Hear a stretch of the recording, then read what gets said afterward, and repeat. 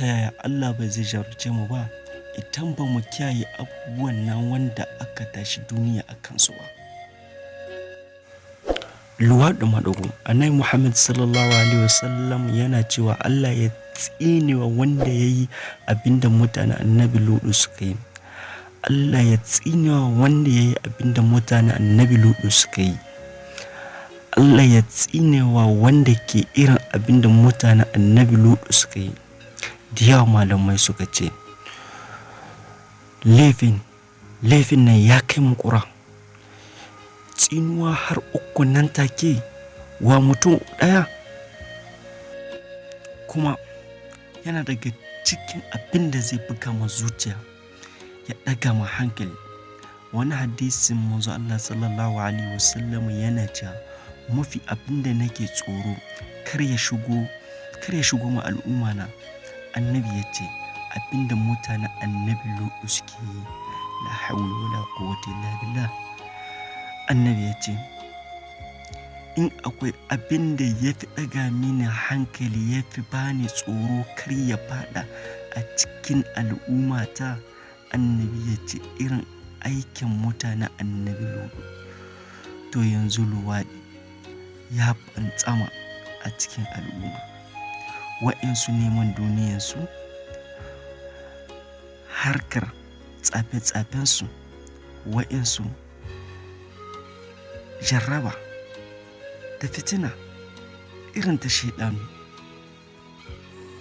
Gashi shi ma maɗigo, mace da mace 'yar uwarta, yadda 'yan luwaɗu namiji ya bi namiji, haka mace take bin mace.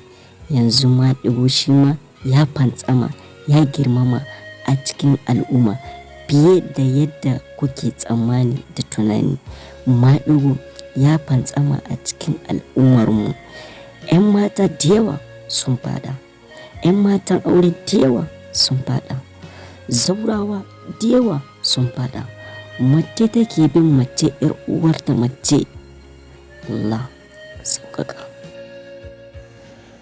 Ga wannan harkar biyan buƙatar da hannu, mutum ya dinga wasa da al'aurarsa, yana wasa da al'aurarsa, ko mace ta dinga sa hannu a al'aurarta har sai ta biya buƙatarta, ko a yi amfani da hannu ko da wani abu, duk ya fantsama cikin al'umma. Masifa ta kai masifa. Me mata ya biyan buƙatarsa da hannunsa, kai ai ka san ka sha kwana, ka ratsa jeji, kai ai ka san ka ratsa jeji. To waɗannan da suke biyan buƙatarsu da hannayensu sun fara shiga fitinu masu muni. Da yawansu suna samun ciwon hauka, kansu yakan buɗe, yakan samu kanshi na rikicewa da rashin natsuwar rayuwa. To duk irin wannan albasha Ubangiji ya ce da mu kasance da su. Don haka ina kira ga al'umma musulmai gabaki ɗaya mu koma ga Allah. Muna cin alfarmar Annabi Muhammad sallallahu alaihi wasallam ne. Ina ba ta haka ba da tuni da muka wuce.